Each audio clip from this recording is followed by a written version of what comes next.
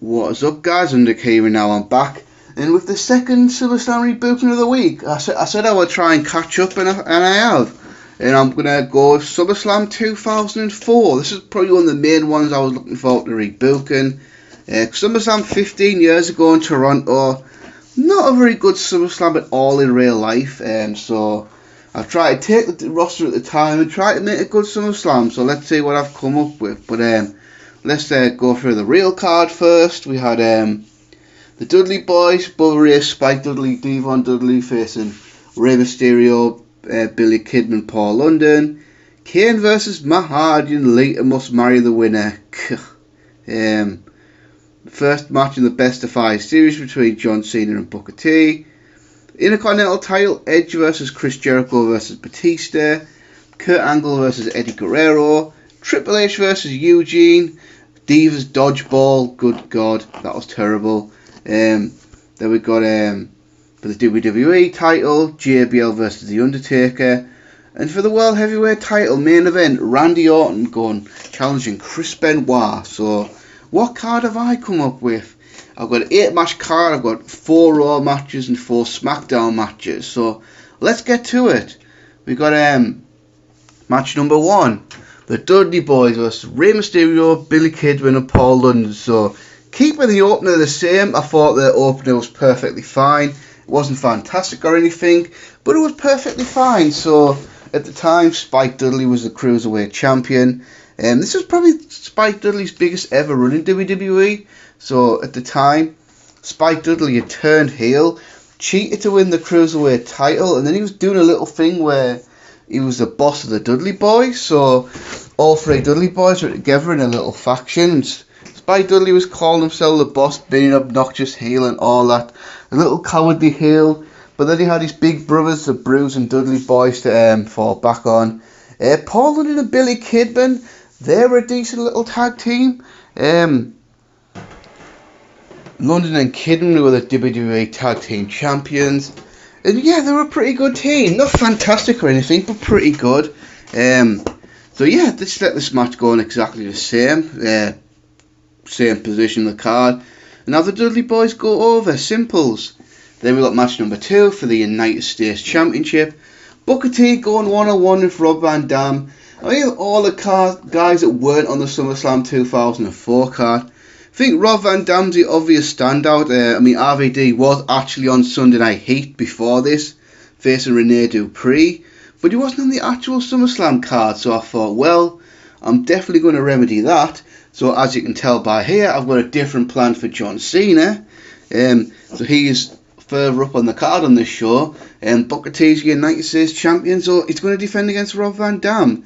I mean, there's no need for a big storyline behind this one. We're going to do the thing where GM Kurt Angle screws John Cena at the US title, exactly the same as in real life.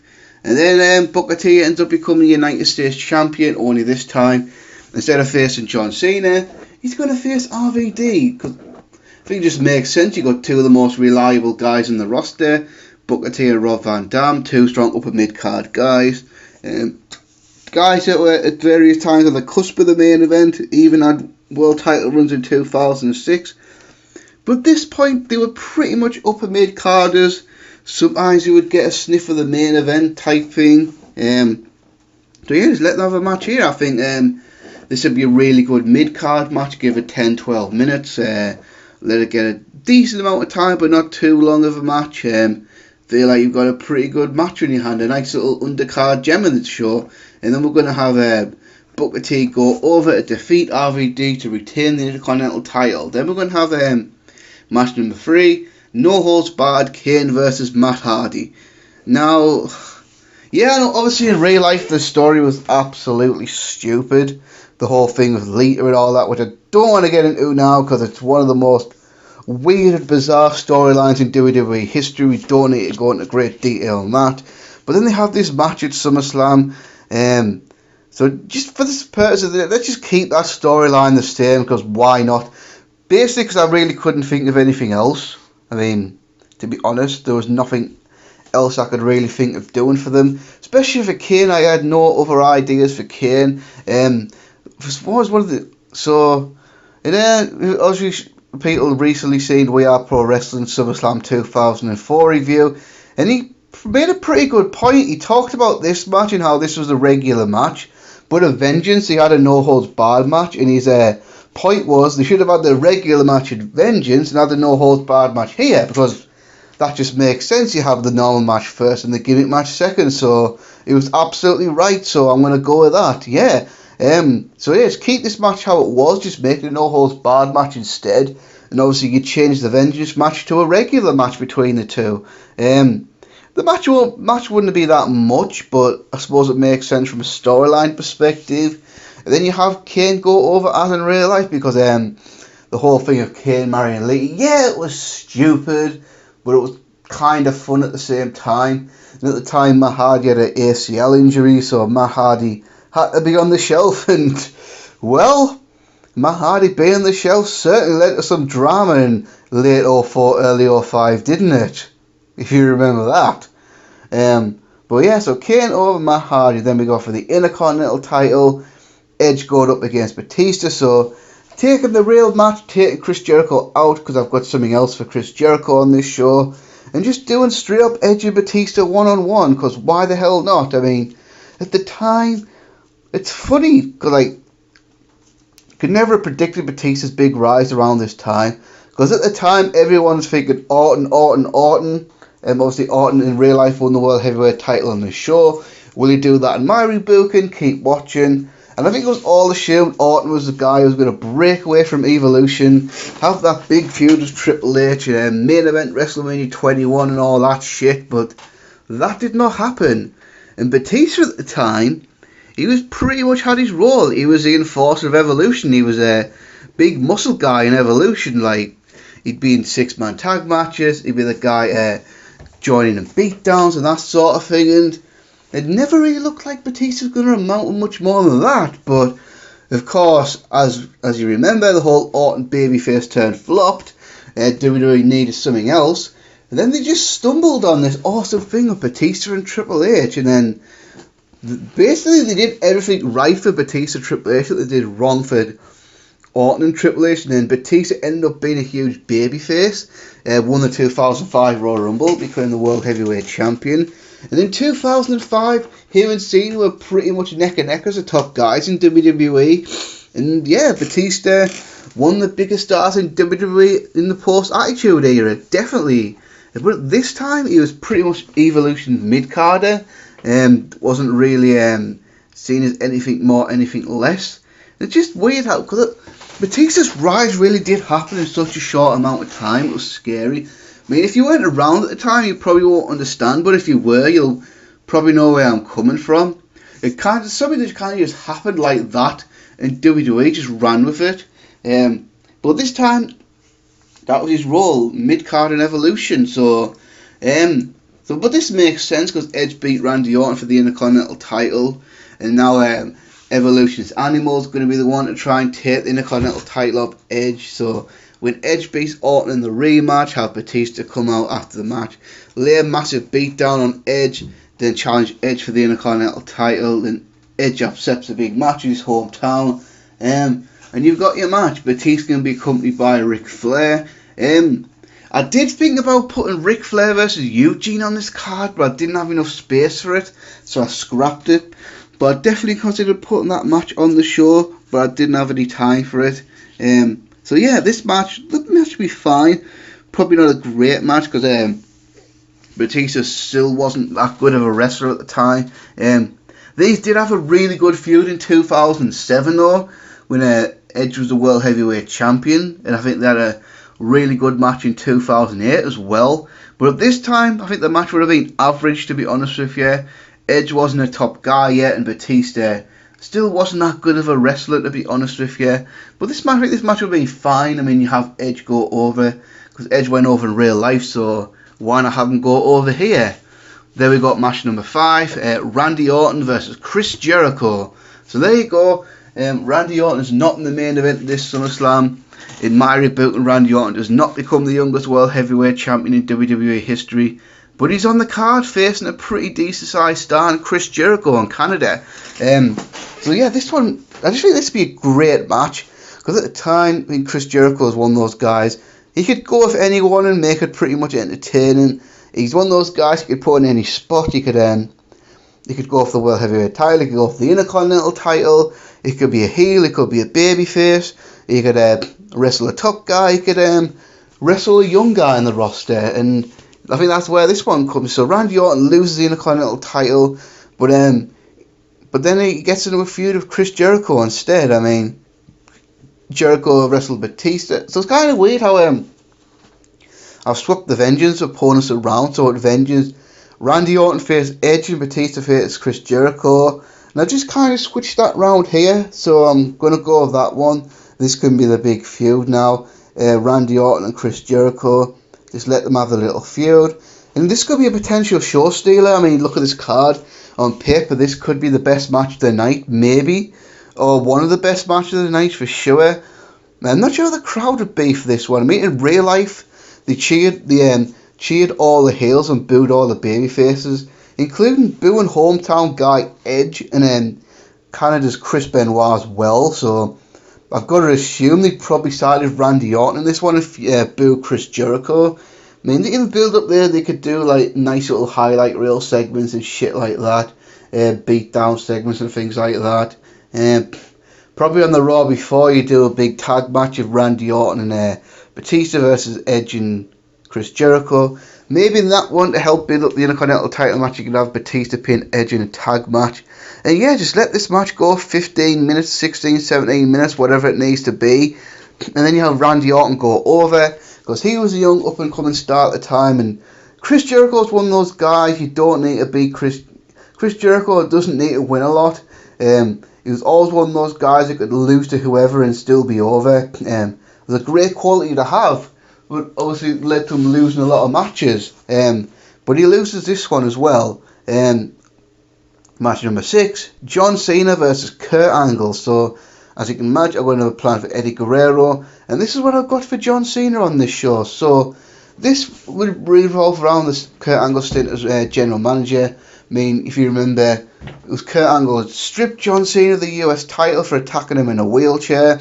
Then they can do the whole thing later on where maybe Kurt Angle's being a charitable guy and say he's going to give John Cena another chance at the United States title, but then they can do, because in real life they had Kurt Angle cost Eddie Guerrero the WWE title against JBL. So they can do that whole thing, but only this time Kurt Angle gets out of his wheelchair and cost because he was the El Gran Luchador, I think he was. He was in a luchador mask in real life, so he can do that again. And then this time John Cena can expose Kurt Angle as the guy, and then Vince can fight Angle as general manager. Angle can get back in the ring. So Angle and Cena for this show. I mean, you look at John Cena's early career, the one guy pretty much consistently had good matches was with Kurt Angle. And I feel like Kurt Angle was definitely a vital part of Cena's early development. Because I believe they wrestled house shows a lot. So I think Kurt Angle really taught John Cena a lot early in his career. I mean, 2 notable matches, obviously, apart from his debut on SmackDown, but No Mercy 2003 and No Way Out 2005. In the first 2 years of Cena in the company, those are pretty much the best matches Cena had. And a lot of that's got to be down to Kurt Angle, because Cena wasn't a good wrestler at the time. He was still pretty green and all that, and didn't really get consistently good till about the time he feuded with Edge in 2006, I would say, going into 2007. But obviously at the time, with Brock Lesnar leaving, all that, some of the older guard getting older, The Rock being gone, Stone Cold being retired, we were looking for new stars, and John Cena was definitely high on the list of there. I mean, you can see, if you go back and watch 2004, you can definitely see signs of WWE grooming Cena for a top spot. And that's exactly what happened in 2005 when he won the WWE Championship. So this would be pretty much, I think this would be a great match, to be honest with you. Angle Cena.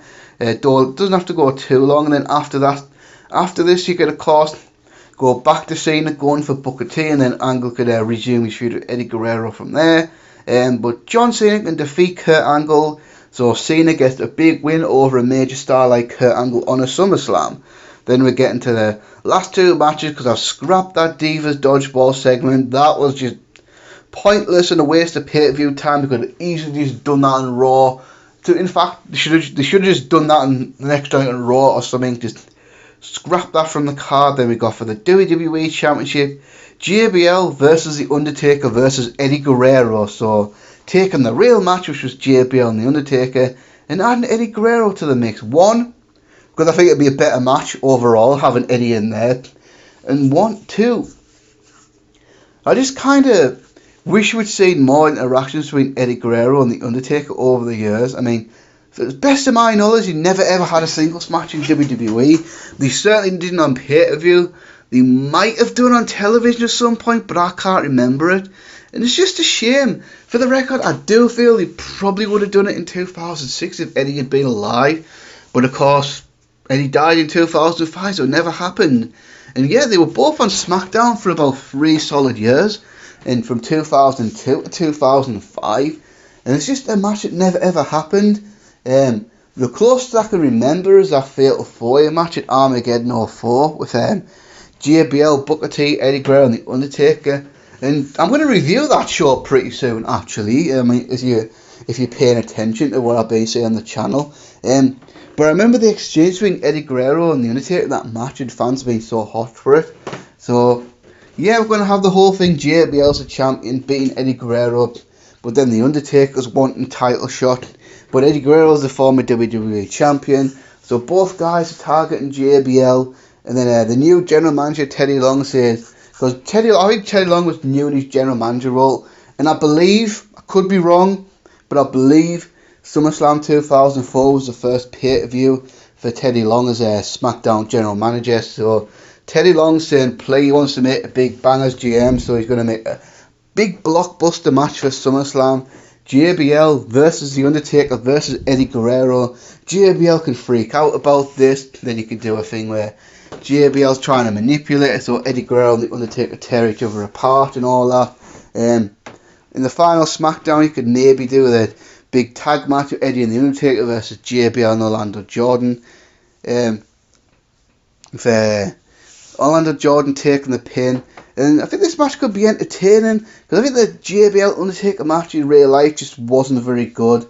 And obviously the fans didn't give a shit about it, because this was the infamous match of the Mexican Wave and all that. But I feel like add Eddie Guerrero in here, I think it's got a better chance of getting over. Like I say, love to just see some interaction between Eddie Guerrero and The Undertaker in this match without doing a singles match. I mean, because I'm not sure while Eddie was alive, he would actually do Eddie Guerrero versus The Undertaker, because after Eddie turned heel in 05, he had that long feud with Mysterio. Taker was feuding with Randy Orton at the time, then Eddie was feuding with Batista, and that's when he passed away. So who knows? It's just, I just always in the back of my mind would have loved to see Eddie versus The Undertaker. So I feel like this match, definitely with Eddie Guerrero being involved, would have been a hell of a lot better. You've got three stars in there. And yeah, like I say, we'll go the last few minutes. JBL's laid out. Eddie Guerrero and The Undertaker can have a little mini 5-minute match, and then Undertaker can hit the tombstone at Eddie Guerrero. Then you do that cliched spot where the heel sneaks back in the ring, chucks the babyface out of the ring and steals his pin, so JBL can sneak back in the ring, throw the Undertaker out of the ring, and then pin Eddie Guerrero to retain the WWE title. And then you can do that spot at the end, exactly the same, where Undertaker gets pissed. And do you remember the spot where Undertaker wink chokeslammed JBL through the limousine roof? I mean, it looked pretty crap, because it was obvious it was gimmicked and all that, but it's, in a way it was kind of cool. And I just loved the following SmackDown. Do you remember when JBL had that massive Halo-like neck brace on? That was just so funny. But you could have still done that same thing anyway, and had then Undertaker and JBL could have feuded for their Into No Mercy, Into the Last Ride match. So the main event for SummerSlam 2004, we're going to have a 2 out of 3 falls match for the World Heavyweight title. Chris Benoit going one-on-one with Triple H. So Chris Benoit does not face Randy Orton in this show, but he is in the SummerSlam 2004 main event, and he is still going in as defending World Heavyweight Champion. Just this time it's against Triple H. So pretty much most of the feuds exactly the same. The whole thing with Eugene, all that being involved is exactly the same. Because Because I just wanted to have this match. I didn't want to do Triple H versus Eugene. Although I accept that match was actually kind of entertaining. And like I said before, I did want to do Ric Flair versus Eugene on the show, but don't think I had space. Because I do try to book these shows realistically. Because sometimes I see rebookings and people have like 13, 14, 15 matches on the show, and they're not taking into account that either these matches are going to have to be very short, or rather than a 5 hour plus pay-per-view. So when I book, I try to book in the time parameters as well, so I try not to have too long of a show, if that makes sense. So for the purposes of this, to make this work, the Iron Man match on Raw does not happen. The whole Triple H Benoit final showdown is saved for SummerSlam.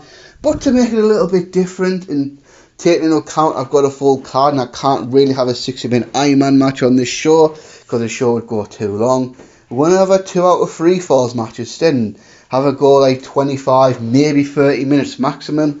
So, was Chris Benoit good World Heavyweight Champion? Yeah, I guess he was. I mean, he was World Champion from WrestleMania at this show in 2004.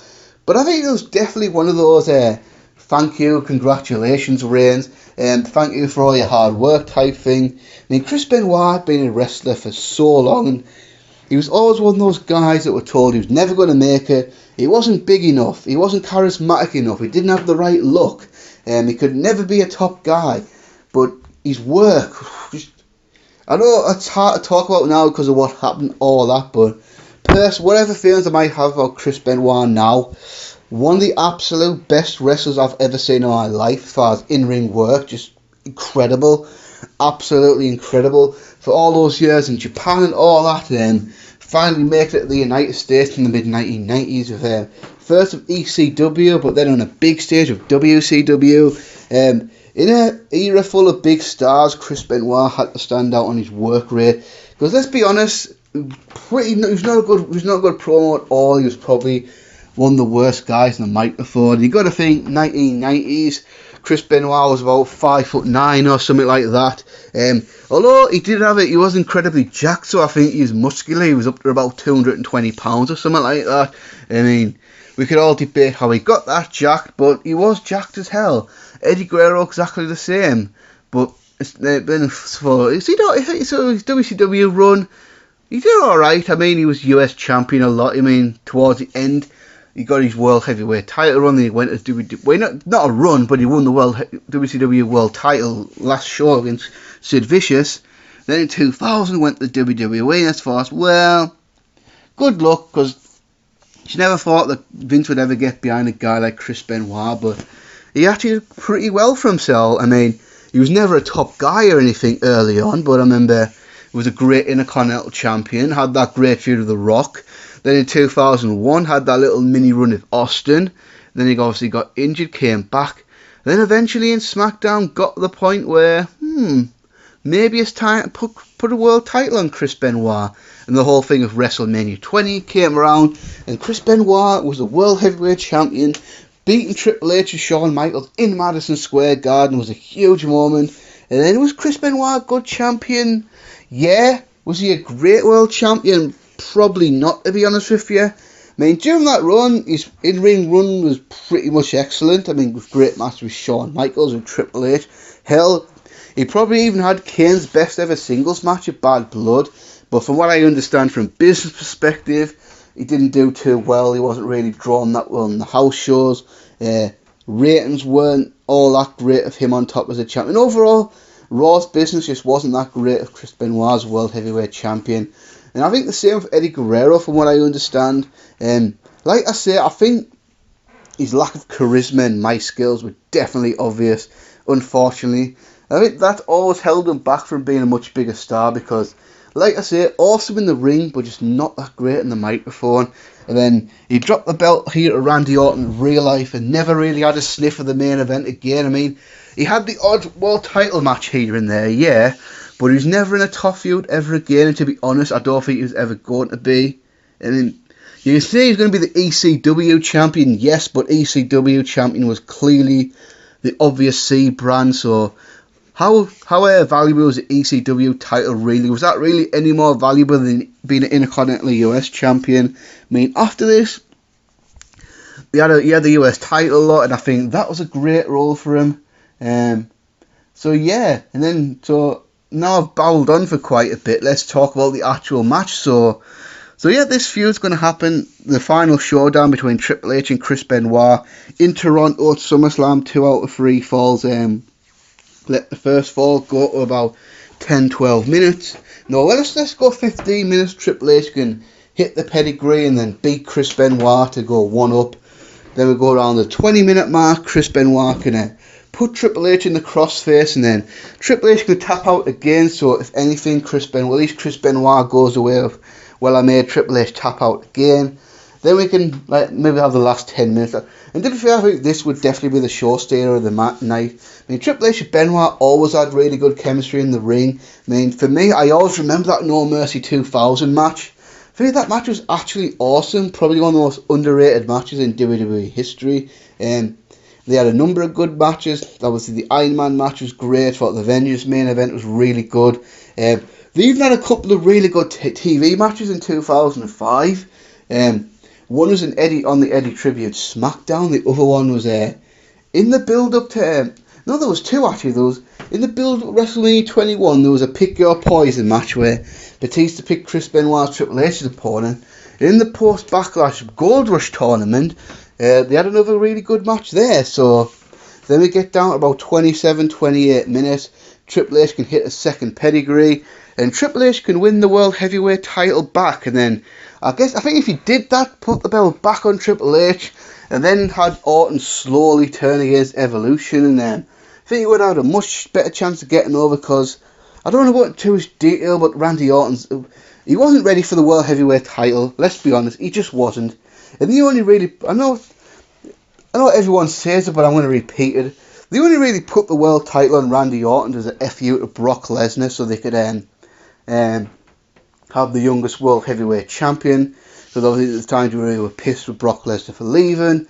Let's be honest, WWE's done little things like that to stick it to people over the years, and that was definitely the case here with Randy Orton.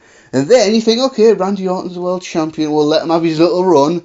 Well, that big face turn to face Triple H happened the very next night in Raw. Evolution turned on Randy Orton. Now Randy Orton was a babyface. I was like, okay, that was kind of stupid. They kind of blown the story, 6 months worth of storyline in 24 hours. But let's see how Randy Orton does as a face world heavyweight champion, right? Wrong. Triple H cut his fucking cock off and beat with Unforgiven to take the world heavyweight title there. It's like, Jesus, really? I'm sorry, but even the most die-hard Triple H fans can't really defend that. That was bloody terrible. So yeah, I just feel like Triple H winning here, and then obviously you build Randy Orton for the rest of 2004. Then he could explode as a babyface in early 4-5. And I think things just would have been better, but hey, this is just fantasy booking. Who am I to say, you know? And it's just quite ironic, really, for as much as I've moaned about Triple H having a lot of world title reigns, and last two SummerSlams I've booked Triple H to win the world title in the main event. But anyway, so yeah, that's my SummerSlam 2004 review done. Rebooking done. So I've settled on next week, and at some point next week I'm going to do SummerSlam 2003, and then after that maybe I'll do a SummerSlam rebooking after August. I'm not sure. I mean, like I say, any ideas, put them in the comment section below.